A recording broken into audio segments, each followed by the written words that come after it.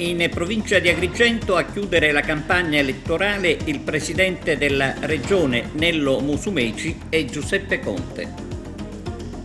Sono 42 i comuni chiamati al voto domenica e lunedì in Sicilia. Totale aperture, quelle che riguardano i cinema e i teatri, una scelta che comunque fa discutere.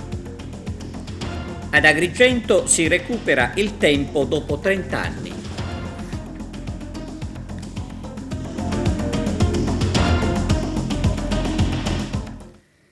Benvenuti a TVA Notizie. Elezioni amministrative in provincia di Agrigento. Ieri a Favara è giunto il presidente della regione Nello Musumeci e oggi presente Giuseppe Conte, che dopo si è spostato a Porto Empedocle. Ci sono le interviste di Giuseppe Moscato. In Italia si è votato domenica scorsa, in Sicilia si voterà domenica prossima.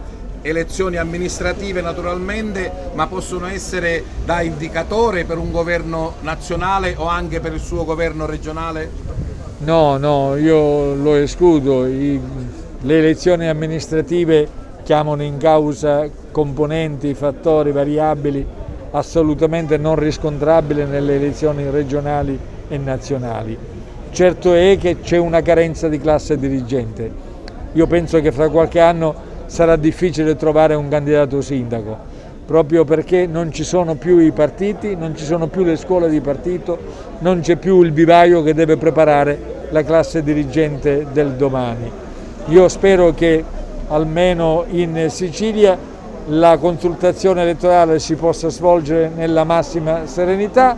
Quanto al governo regionale, per ora lavoriamo, fra un anno parleremo anche di coalizione. Presidente Musumeci, i temi della campagna elettorale lasciano spazio anche, forse e soprattutto, a quelli di carattere nazionale e regionale. Per esempio il PNRR, che è stato un po' tenuto da parte per la Sicilia. Perché? Il PNR intanto è un oggetto sconosciuto e misterioso, perché neanche a Roma hanno capito cosa fare e come agire. C'è bisogno di convincere la classe dirigente romana che le regioni vanno coinvolte quando si tratta di dover scegliere obiettivi prioritari. Tutte le regioni italiane nella stesura del PNR non sono state consultate. Abbiamo protestato proprio perché Roma non sa come muoversi. C'è ancora spazio? Non solo lo spazio c'è, lo stiamo chiedendo e lo otterremo, ma state attenti. Si tratta di progetti vecchi, quelli che ha messo in campo il governo centrale non sono prioritari rispetto ad una regione che ha bisogno di grandi e medie infrastrutture, tutte di competenza romana e non di competenza regionale. Noi per fortuna abbiamo i fondi comunitari, dobbiamo spendere nei prossimi 7 anni circa 30 miliardi di euro. La Sicilia ha bisogno di ferrovie veloci, di un collegamento stabile sullo stretto, di chiudere l'anello autostradale e di un porto hub. Su queste cose pretenderemo che il governo nazionale finalmente si ricordi della Sicilia. Nel suo intervento lei parlava di un anno e forse più difficile. Io non ho studiato per combattere una pandemia, eppure lo ha fatto e proprio tra qualche giorno la Sicilia ritorna a zona bianca. Nessuno dei colleghi governatori abbiamo studiato per gestire una pandemia. Nessuno pensava di dover trovare davanti sul nostro cammino un dramma così particolare, eppure abbiamo seguito la linea del rigore, la linea della fermezza, la linea della determinazione. In Sicilia siamo riusciti ad evitare quello che purtroppo è accaduto in Lombardia. Io ho chiuso l'isola per un anno, ho preteso che non entrasse gente da fuori proprio perché volevo salvaguardare chi entrava da fuori e quelli che erano già dentro. Abbiamo con la campagna vaccinale convinto anche i più riottosi. Adesso, dopo fra qualche ora sostanzialmente torneremo in zona bianca, ma dipende sempre dai siciliani restare in zona bianca o andare in altra zona. Dipende dalla responsabilità collettiva e individuale di tutti noi. Io spero che ormai la pandemia sia alle spalle, almeno nella sua fase più acuta, e che i commercianti, gli operatori economici, tutti possiamo riprenderci la libertà di prima per guardare avanti e costruire una Sicilia diversa. Volevo dirle che l'acronimo PNRR è forse uno dei più usati in questo momento. La Sicilia però sembra che sia penalizzata, almeno così dicono. Qual è il suo pensiero? Ma distinguiamo, c'è un problema di fondi e noi abbiamo sempre rivendicato che una parte cospicua di questi fondi del PNR devono andare al meridione. Sarebbe una follia con questa montagna di miliardi riavviare e consentire al Paese di poter correre, coniugare crescita economica e sviluppo sociale e consentire che addirittura si accentui il divario tra il sud e il centro-nord. Quindi è chiaro che una parte cospicua di questi fondi dobbiamo garantire assolutamente, il Movimento 5 Stelle lo farà in tutti i modi che vadano al sud. Però ovviamente poi ci sono dei problemi concreti, cioè bisogna saperli spendere. Quello che è successo qui in Sicilia l'altro giorno con 31 progetti per l'agricoltura che afferivano al PNRR, che sono stati bocciati per carenza dei requisiti, è un fatto molto grave e ci dice che purtroppo ci sono delle amministrazioni territoriali che non sono in grado di spendere. Dobbiamo intervenire, rinforzare queste amministrazioni anche del personale qualificato, perché questi soldi vanno spesi e non va sprecato un euro. In Sicilia, che arriva 7 giorni dopo. No, direi di no. In Sicilia, voglio dire, nelle varie città in cui si vota ci sono delle attenzioni locali, c'è una sensibilità territoriale, quindi non credo affatto che un'onda nazionale adesso possa essere determinante qui in Sicilia. Inoltre anche qui in Sicilia, come sul territorio nazionale, siamo riusciti a convergere in coalizione, in particolare col PD, con liste civiche. Qualche volta più raramente siamo andati da soli e abbiamo, anche qui adesso ci misureremo in questa tornata elettorale. Restiamo in tema elettorale, sono 42 i comuni siciliani chiamati al voto domenica e lunedì. Arturo Cantella.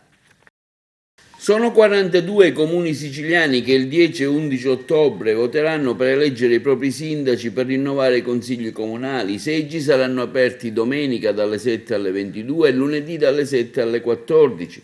Per gli eventuali ballottaggi si torna alle urne domenica 24 e lunedì 25 ottobre. Sono chiamati al voto complessivamente 568.357 cittadini. In 29 centri si voterà con il sistema maggioritario, in 13 con quello proporzionale. I consiglieri comunali da eleggere sono 606. La costituzione dei 618 uffici elettorali di sezione con l'autenticazione delle schede elettorali avverrà nel pomeriggio del sabato. Le operazioni di scrutinio inizieranno lunedì, ultimate le operazioni di voto e dopo il riscontro dei dati. L'elettore può esprimere una o due preferenze per i candidati al Consiglio comunale. Nel caso vengano espresse due preferenze, devono essere di genere diverso, una femminile e l'altra maschile. In caso contrario, la seconda preferenza verrà annullata. Il voto espresso per una lista si estende al candidato sindaco a esso collegata e non viceversa. Considerata l'emergenza epidemiologica da Covid-19, l'elettore dovrà recarsi al seggio elettorale munito di apposita mascherina protettiva. I dati sull'affluenza alle urne e i risultati provvisori saranno comunicati mediante l'utilizzo del programma IDEC realizzato in collaborazione con l'assessorato regionale all'economia e alla società digitale e delle prefetture siciliane. 4 le rilevazioni sull'affluenza degli elettori al voto, con il raffronto dei dati con quelli delle ultime elezioni amministrative dei comuni interessati, che saranno diffusi domenica alle ore 12.30, alle 19.30, alle 22.30 e lunedì alle ore 15 quando si chiuderanno i seggi. I dati relativi ai risultati, man mano che verranno trasmessi, saranno immessi nel sistema dell'ufficio elettorale della Regione, elaborati dal programma e pubblicati in tempo reale. Le informazioni in ordine alle candidature alla carica di sindaco, alle liste che partecipano alle consultazioni, alle liste collegate al candidato sindaco possono essere visionate accedendo al menu della piattaforma telematica. Tra i comuni in Sicilia che andranno al voto ci sono Vittoria, in provincia di Ragusa, Alcamo nel Trapanese, Caltagirone, Adrano e Giarre in provincia di Catania, Canicattì, Favara, Porto Empedocle, nell'Agrigentino, Lentini, Noto, Pachino e Rosolini in provincia di Siracusa, San Cataldo nel Nisseno. E veniamo al decreto sulle riaperture. Riaperture al 100% per cinema e teatri, sicuramente un buon segnale, ma vorremmo sentire anche cosa dicono gli esperti. Va bene che bisogna ritrovare la vita che il Covid ci ha tolto e tornare a respirare aria nuova, tornare ad una vita normale, ma cosa avrà convinto il governo ad aprire al 100% cinema e teatri? È cessata del tutto l'emergenza? È scomparso il rischio di contagio? Oppure il virus è da considerarsi un brutto ricordo? Certo non si può sentire chi dice che il decreto è un successo per le forze politiche. Nessuno deve sentirsi vincitore se ci sono i presupposti per tornare alla normalità. Ma più che i politici si vorrebbe ascoltare il parere degli esperti. Cosa dicono appunto gli esperti, quelli che abbiamo visto tutti i giorni nei salotti televisivi a dettare regole? Dove sono finiti? Adesso, con l'importante decisione presa dal governo Draghi, servirebbe proprio un loro parere anche sulla fine dell'obbligo di mantenere la distanza di 1 metro. Bisogna comunque sperare nel buon Dio perché tutto vada per il verso giusto, secondo le aspirazioni anzitutto della gente. Sperare che a vincere una volta e per tutte sia la voglia di chi vuole tornare alle vecchie abitudini senza paura e senza preoccupazioni. Eliminazione delle barriere architettoniche. Ad Agrigento si applica la normativa dopo 30 anni dall'entrata in vigore. Ascoltiamo l'assessore comunale Gianni Tuttolomondo, il sindaco Franco Miccichè e il direttore del parco archeologico Roberto Sciarratta al microfono di Arturo Cantella. Direttore, un'importante oggi iniziativa questa dell'assessore Tuttolomondo in merito ai parcheggi, insomma alle tante barriere architettoniche che vengono quotidianamente ostruite, tante zone in favore di chi non può avere una mobilità sostenibile. È un'iniziativa lodevole della quale siamo venuti a conoscenza avendo avuto interlocuzione e incontri con l'assessore Tuttolomondo e con il sindaco, con l'amministrazione lodevole.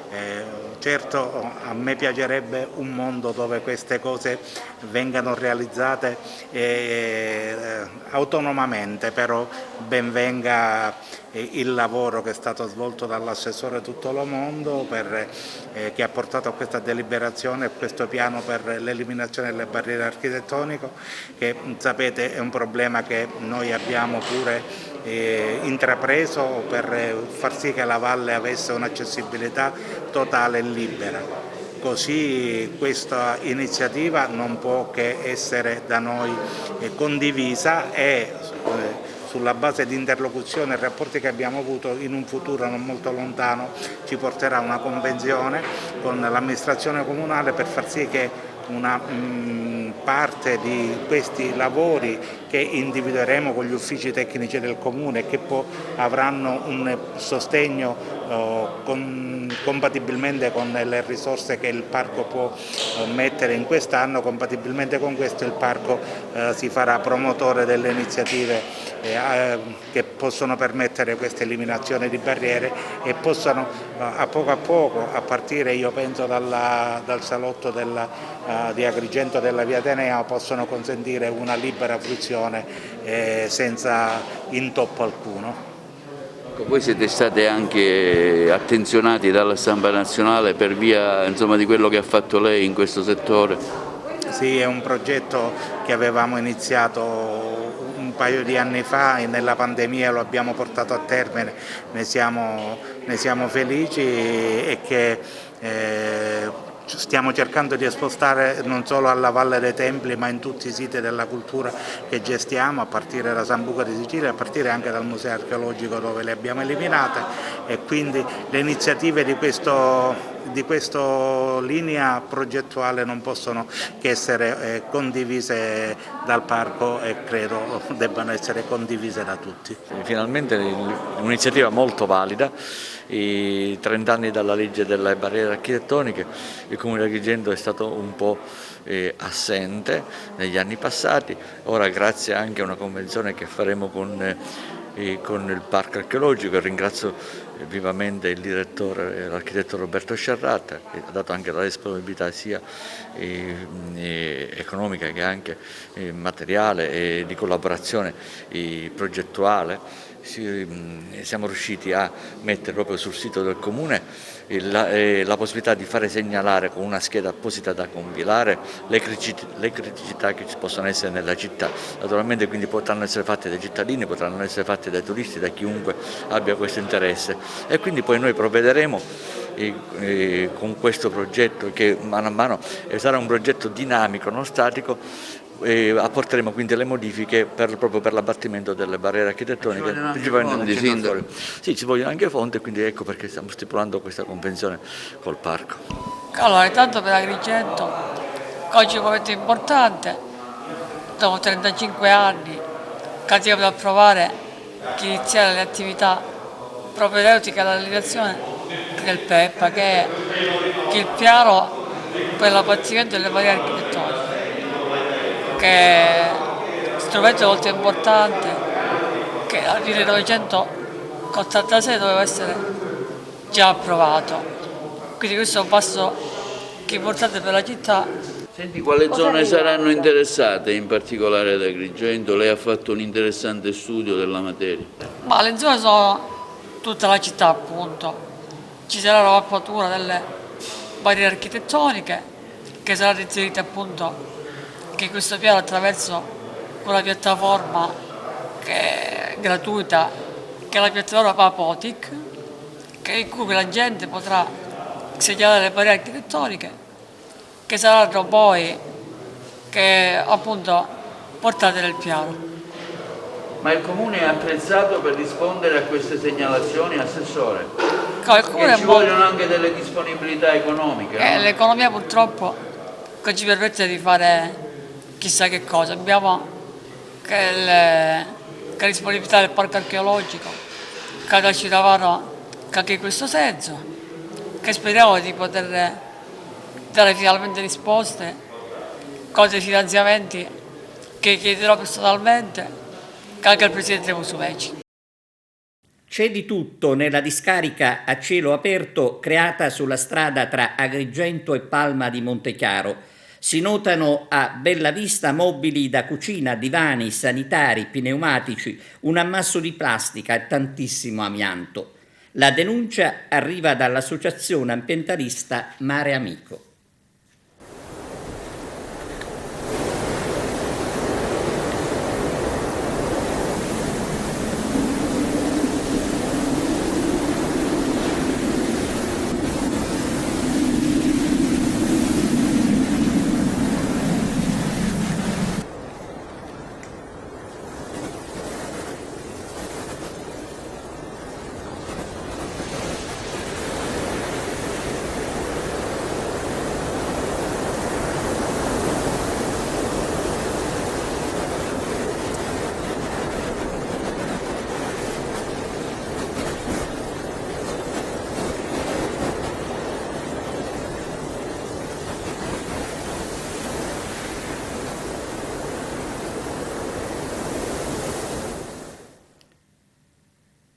Ripristinato ad Agrigento dai giovani migranti dell'associazione Aquarinto il murales di Via Europa. Arturo Cantella.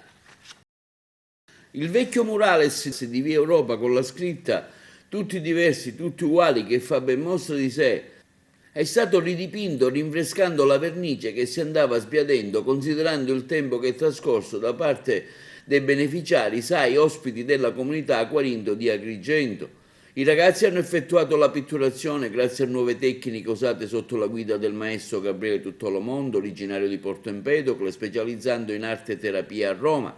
All'evento ha presentato anche Roberta Zicari, figlia dell'ex assessore provinciale, che nel 1996 realizzò l'opera grazie a una serie di iniziative progettuali finanziate in tema di solidarietà sociale. Presente anche il primo cittadino Francesco Miccichè. Abbiamo presentato l'opera di ripristino del murales Tutti diversi, tutti uguali, murali dopo un progetto iniziato circa un mese fa con l'associazione Aquarinto, dove ho lavorato insieme ai ragazzi portando un lavoro sia di formazione da un punto di vista artistico, insegnando diverse tecniche ai ragazzi come la monotipia, e poi un'opera di restituzione per la città, anche per integrare i ragazzi nella città stessa, e abbiamo realizzato il murales, quindi ogni pennellato, ogni pietra metaforicamente può essere paragonata al percorso che loro compiono nei centri, fino a una restituzione di vita più piena. Nel 1996, grazie all'intervento dell'allora assessore provinciale Fabrizio Zicari, fu realizzato questo murales. Oggi lo stiamo riprendendo grazie all'intervento dell'associazione Aquarinto, quindi è stato doveroso anche ricordare il dottore Zicari, come se fosse lui oggi presente accanto a noi. L'altra cosa importante è che tutti diversi, tutti uguali, è un tema ormai ricorrente. Si parlava nel 1996 di accoglienza, adesso penso che oltre accoglienza dobbiamo parlare principalmente di integrazione, perché ormai per quanto riguarda l'accoglienza siamo diventati veramente maestri. L'integrazione in alcune zone ancora è molto più carente. Oggi è l'espressione tipica di una vera integrazione agrigentina, e spero che così come lo stiamo facendo noi tutti gli altri ci possano seguire. Voglio ringraziare il sindaco e l'associazione Aquarinto. Per me è una sorpresa, io non sapevo niente di tutto questo. So che il sindaco ci teneva particolarmente a restaurare questo murales, che nasce nel 96 nell'ambito di un progetto nazionale finanziato dal Ministero dell'Interno, volto appunto a finanziare le politiche sull'integrazione. Non so se tutti ricordate, durò una settimana, ci furono degli eventi gastronomici, un concerto al Santo Spirito, una partita del cuore grazie alla quale si comprarono poi delle docce al Don Guanella, quindi una città che si poneva molto all'avanguardia. Mio padre era assessore ai tempi, ringrazio il dottore Patti, ex dirigente della provincia, per avermi ricordato tutta questa storia, e quindi per me è molto bello vedere che la città in qualche modo restaura quello che era nel passato, e lo prendo proprio come un auspicio affinché possiamo veramente tornare alla lungimiranza e alla bellezza che avevamo, mi dispiace dirlo, negli anni 90. Oggi restituiamo alla cittadinanza un murales a noi molto caro, tutti diversi, tutti uguali, perché per noi la fratellanza è internazionale. Questa giornata è la conclusione di un bel progetto artistico che ha visto i nostri ragazzi in un primo tempo impegnati in un'attività laboratoriale, dove hanno potuto tirare fuori gran parte del loro vissuto attraverso i colori, mettendo proprio le mani tra i colori e la carta.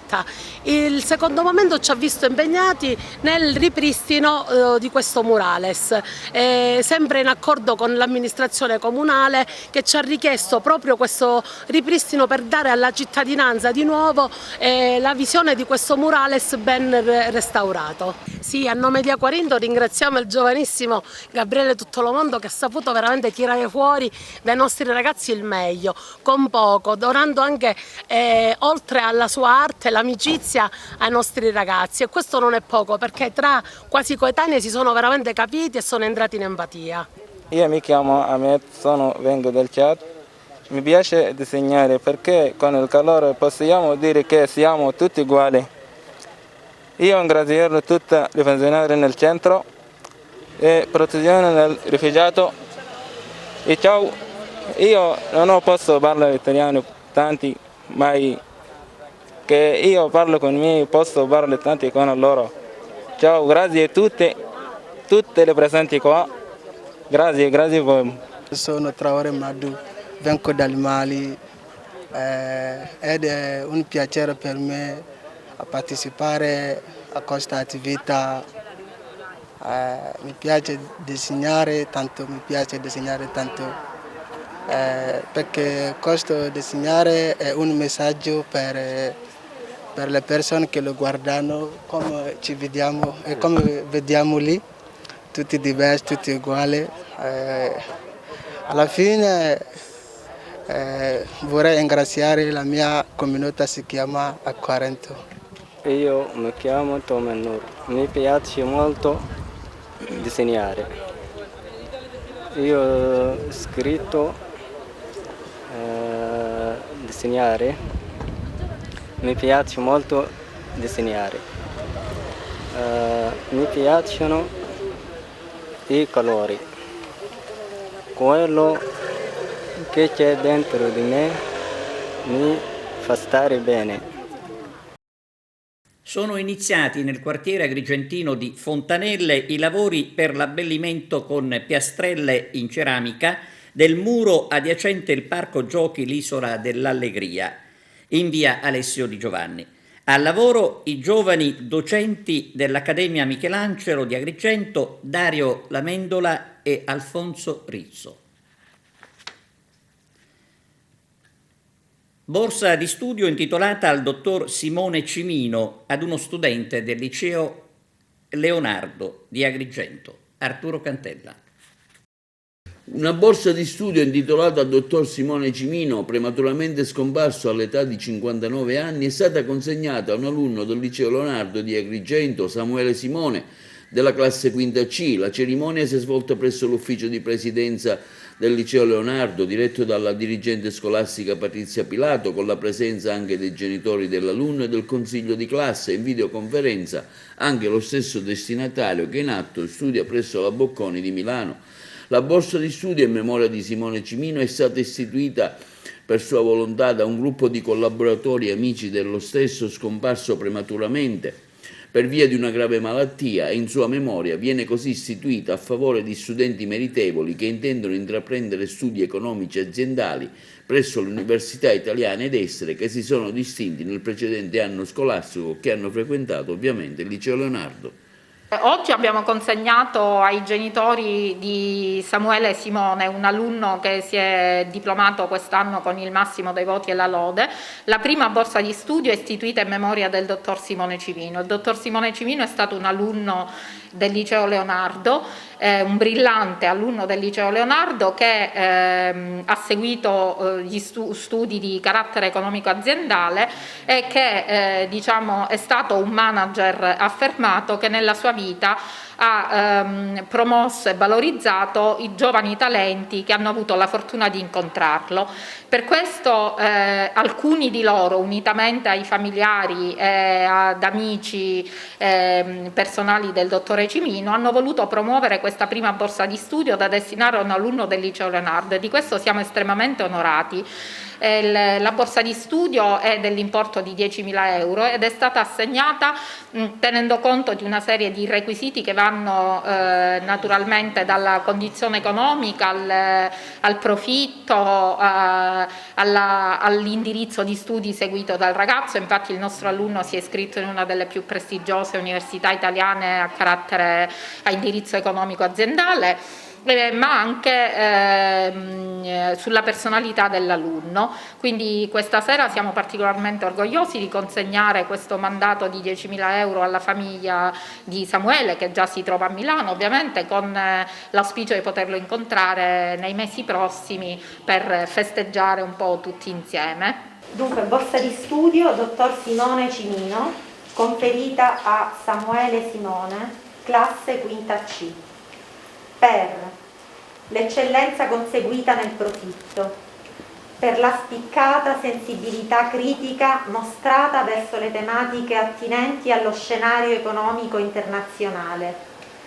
per la padronanza dei mezzi espressivi e la predisposizione verso le lingue, rivelata anche nella partecipazione al programma di mobilità transnazionale, per l'intelligenza educata a cogliere gli aspetti peculiari delle problematiche studiate e a porle in relazione con le situazioni congiunturali attuali. Ho pensato a questa borsa di studio che per noi, a parte un sollievo economico importante, siamo stati investiti da un nobile valore e noi lo stiamo vivendo, che è diverso dal sentire che esistono queste cose. Noi lo viviamo e mi auguro che mio figlio possa interiorizzarlo e, come diceva la dottoressa, che possa restituirlo, perché avete fatto un dono, ma non solo una sola persona, penso che sia un dono all'umanità. La famiglia Cimino e il dottor Cimino, anche se non ho avuto il piacere di conoscerlo, perché sicuramente come avete già detto voi, è stato un grand'uomo e spero di poter continuare questo percorso che lui purtroppo ha dovuto lasciare. Inoltre mi fa davvero piacere ringraziare la scuola che mi ha dato l'opportunità di crescere e di avere un insegnamento, un bagaglio culturale ampio che posso sfruttare al meglio in questo percorso che poi farò. Grazie.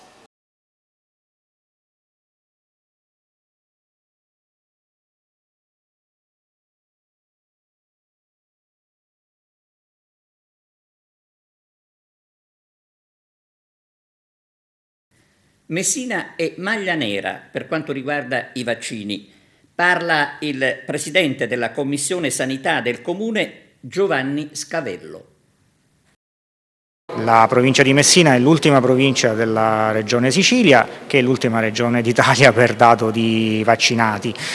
Siamo molto lontani dal target del 75% e questo non esclude che si possa andare incontro a nuove restrizioni, perché da quello che trapela il numero di vaccinati potrebbe essere preso come parametro per l'istituzione delle future cosiddette zone ad alto rischio, sostanzialmente delle zone equiparate alle zone rosse, e quindi emerge con estrema evidenza che si deve fare un ulteriore sforzo proprio per cercare di aumentare il più possibile il dato sui vaccinati. In base all'attuale ritmo è anche stato detto quando Messina potrebbe raggiungere il 75%. In questo momento, nonostante le varie iniziative anche sul territorio, purtroppo i numeri dei vaccini somministrati sono molto pochi. Sì, nonostante l'impegno che va riconosciuto all'ASP e anche al Comune, sono state varate diverse iniziative, purtroppo la risposta della cittadinanza non ancora vaccinata tarda ad arrivare. I numeri sono numeri molto bassi e con il ritmo attuale pare che il 75% possa essere raggiunto non prima di dicembre. E vi è un confine molto esile tra scarico di responsabilità e assunzione di responsabilità da parte della cittadinanza. La sensazione, personale è che purtroppo attualmente si sia quasi diffusa una sorta di petizione di principio nel non volersi vaccinare. Vi è massimo rispetto per tutti coloro che hanno problemi veri di salute e per tutti coloro che hanno delle paure personali. La campagna vaccinale, diciamocelo, non è che sia stata gestita nella maniera migliore possibile, ma allo stesso tempo, stando fra le persone, girando in città, si percepiscono dei ragionamenti che veramente si fa fatica a comprendere, teorie complottiste, teorie dietrologiche. Ecco, tutte queste persone, forse adesso un ragionamento serio sull'opportunità di vaccinarsi è chiaro che lo devono fare. Una donna ottantenne è stata trovata morta nella sua abitazione di via Senatore Canonica a Lido di San Leone. All'interno della casa è scoppiato un incendio causato, a quanto pare, da una fuga di gas. Per violazione del divieto di avvicinamento all'ex compagna, un uomo di Agrigento è finito ai domiciliari.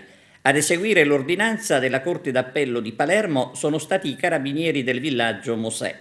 La sorveglianza speciale a cui era sottoposto impediva all'uomo di allontanarsi da Agrigento, invece è stato rintracciato a Licata. Pausa per la pubblicità, linea alla regia, a tra poco. Finto manager rinviato a giudizio nel Messinese, vediamo. Si finge manager e raggira ignari cittadini. L'uomo è stato adesso rinviato a giudizio per il reato di truffa aggravata e violazione di domicilio. L'incredibile vicenda risale al settembre del 2015, allorquando un uomo distinto e mai prima conosciuto giungeva a Sant'Agata Militello e dintorni presentandosi come alto dirigente di una nota agenzia petrolifera nazionale. Secondo la ricostruzione dei fatti operata dalla Procura della Repubblica, il soggetto, che indossava abiti elegantissimi, chiedeva di soggiornare presso un residence di Acquedolci, annunciando contestualmente ai titolari della struttura ricettiva di essere impegnato impegnato in quelle sere quale ospite d'onore e presidente di giuria di importante concorso di bellezza. Il soggiorno dell'uomo si prolungava così per qualche giorno presso il complesso alberghiero, ove pernottava e consumava pasti. Durante la serata di gala veniva anche proclamato presidente di giuria del concorso e acclamato dagli organizzatori dell'evento. Già prima l'uomo aveva richiesto e ottenuto un servizio di bodyguard a 2 cittadini sant'Agatesi che, interpellati da un amico, avevano dato la loro disponibilità. E così per 3 giorni il finto manager veniva scortato dai 2 guardiaspalle che lo accompagnavano con la loro autovettura e a loro spese in attesa di ricevere il compenso pattuito. L'uomo, tra le altre cose, diceva loro di essere milionario. Diversi erano i locali che il finto manager chiedeva di visitare per trascorrere momenti di svago e in ognuno di essi consumava pasti e costose bevande, rinviando in seguito il pagamento, sempre rappresentando la sua posizione di dirigente. In alcune occasioni 2 bodyguard, parecchio conosciuti nel circondario, garantivano per il loro cliente con i titolari dei locali. Se non che alle richieste di saldo delle loro spettanze, il finto manager rispondeva con continui rinvii, adducendo di non avere contante al seguito e di poter provvedere il giorno della sua partenza da Acquedolci. Ai guardiaspalle l'uomo dava quindi appuntamento presso i residence, ma allorquando i 2 si presentavano in anticipo rispetto all'orario previsto, accadeva l'imponderabile. L'uomo, vistosi braccato dalle 2 guardie del corpo, si dava la precipitosa e rocambolesca fuga, cercava poi rifugio in un'abitazione privata limitrofa, finendo quindi per forzarne l'ingresso. A quel punto sia il titolare del residence sia la proprietaria della villetta chiamavano i carabinieri di Acquedolci che poco dopo giungevano sui luoghi e potevano fermare il finto manager nel frattempo, quasi stanato dai 2 bodyguard che lo avevano inseguito. Una volta bloccato dai militari dell'Arma, l'uomo, originario del Ragusano, veniva identificato e denunciato a piede libero. Concluse le indagini preliminari, il PM del Tribunale di Patti, dottoressa Bonanzinga, chiedeva il rinvio a giudizio dell'uomo per il reato di truffa aggravata e violazione di domicilio. Le 2 guardie del corpo, nelle more solo parzialmente rimborsate dall'imputato, si sono costituite parti civili con l'avvocato Alessandro Nespola e il GUP del Tribunale di Patti, dottor Ugo Molina, ha disposto il rinvio a giudizio del finto manager, che sarà processato il prossimo 6 marzo dinanzi al giudice monocratico del medesimo tribunale. È stata rinviata ad altra data la conferenza stampa per la presentazione della nuova stagione 2021-2022 del Teatro Pirandello di Agrigento. La conferenza si sarebbe dovuta tenere domani alle 11. Il presidente della Coldiretti, Francesco Ferreri, interviene sui fondi sciupati del PNRR. I produttori agricoli siciliani vivono momenti di grande sgomento. Infatti nelle ultime ore abbiamo appreso che tutti i progetti orientati per il miglioramento delle reti idriche sull'isola sono stati bocciati. Capite quale terribile sciagura si è abbattuta sulla Sicilia in un momento in cui tutto l'agroalimentare siciliano ha avuto e ha grandissimo slancio. Ovviamente questo è causa di una burocrazia che sicuramente non è all'altezza dei grandi progetti che ci sono per la Sicilia e per tutta l'Italia. Ovviamente le responsabilità ricadono sempre su un apparato burocratico complesso, complicato e probabilmente non all'altezza di quelle che sono le aspettative che abbiamo. Non entriamo sul problema politico o tecnico, ma sicuramente oggi non ci possiamo permettere di continuare a lavorare in questa maniera. Un altro triste anniversario, quello dell'uccisione del sindacalista Geraci. Arrivò già lo scorso 2019 la richiesta di riaprire le indagini. Il figlio di Mico Geraci, sindacalista della UIL Allevatori e probabile candidato a sindaco a Caccamo alla fine degli anni 90, presentò alla DDA della Procura di Palermo una richiesta di riapertura delle indagini sull'omicidio del padre. Fu la mafia a ucciderlo con 5 colpi di fucile a pompa calibro 12 la sera dell'8 ottobre del 1998 davanti a Giuseppe, il figlio, allora 17enne, che assistette alle ultime fasi dell'omicidio. Ma nessuna sentenza è stata mai emessa. Giuseppe Geraci depositò 2 anni fa la richiesta formale di riaprire le indagini preliminari su un delitto che sembra destinato a rientrare tra i cold case siciliani. E Giuseppe Geraci, dopo 23 anni e 2 archiviazioni, non si arrende di certo. Fu assistito dall'avvocato Armando Sorrentino, legale di parte civile nel processo per l'omicidio di Pio La Torre. Il figlio del sindacalista ucciso lanciò così diversi appelli. Mi rivolgo ai nuovi e vecchi collaboratori di giustizia come Nino Giuffre. Qualsiasi cosa sappiate sulla fine di mio padre vi chiedo di riferirla ai magistrati e dare così una risposta alla nostra richiesta di giustizia. I nuovi collaboratori di giustizia citati nella richiesta consegnata alla DDA di Palermo furono i capi mafia Francesco Colletti e Filippo Bisconti, un tempo componenti della ricostituita cupola di Cosa Nostra, smembrata sul nascere dei carabinieri. Uno parlò da fine dicembre 2018, l'altro dall'inizio del gennaio 2019. Colletti era il responsabile del mandamento di Villa Abate e Bisconti invece guidava Belmonte Mezzagno.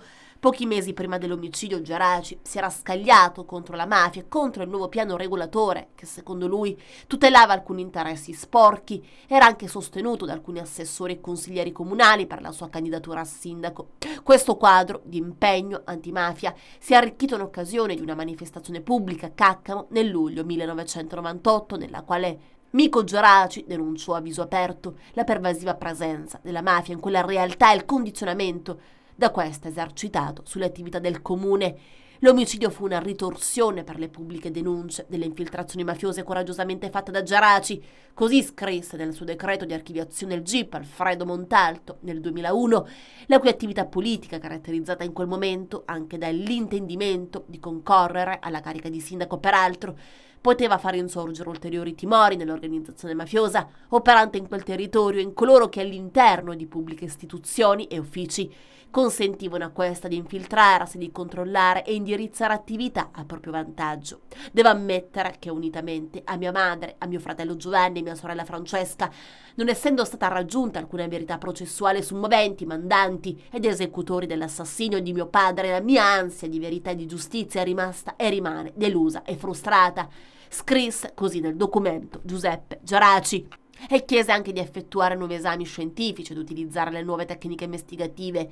Non abbiamo avuto notizia di una riapertura delle indagini, però sottolineò l'avvocato Armando Sorrentino, e quindi dopo tanti anni di silenzi la famiglia chiede che si faccia luce sulla morte del proprio congiunto. La Commissione Nazionale Antimafia chiese così di rivisitare tutta la vicenda anche sul piano storico, ripercorrendone tutte le dichiarazioni.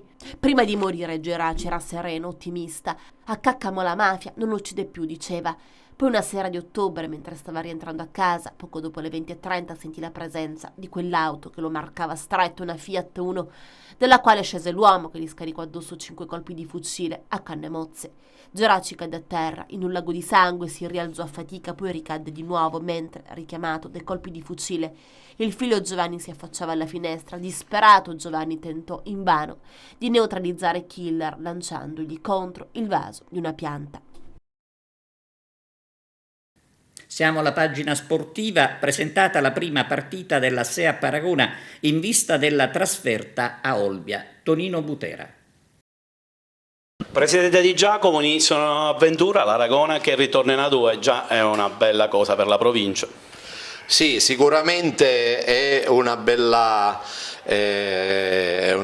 cosa, una bella avventura ritornare in Serie A2, anche se quest'anno abbiamo avuto tantissime difficoltà. Siamo arrivati fino a qualche settimana fa che non sapevamo come eravamo combinati logisticamente. Finalmente siamo riusciti ad avere la disponibilità di un palazzetto, ora c'è molta serenità, stiamo preparando la partenza che sarà sabato per Olbia. Purtroppo è una trasferta molto articolata, perché dovremmo atterrare ad Alghero, poi andare in pullman ad Olbia e partire da Catania e tornare da Palermo. Purtroppo non è logisticamente una bella combinazione, però tutto sommato ci sta e siamo pronti per disputare questa prima partita che c'è tanta attesa da tutto il mondo che gira attorno alla SEA Pedalle Cardillo.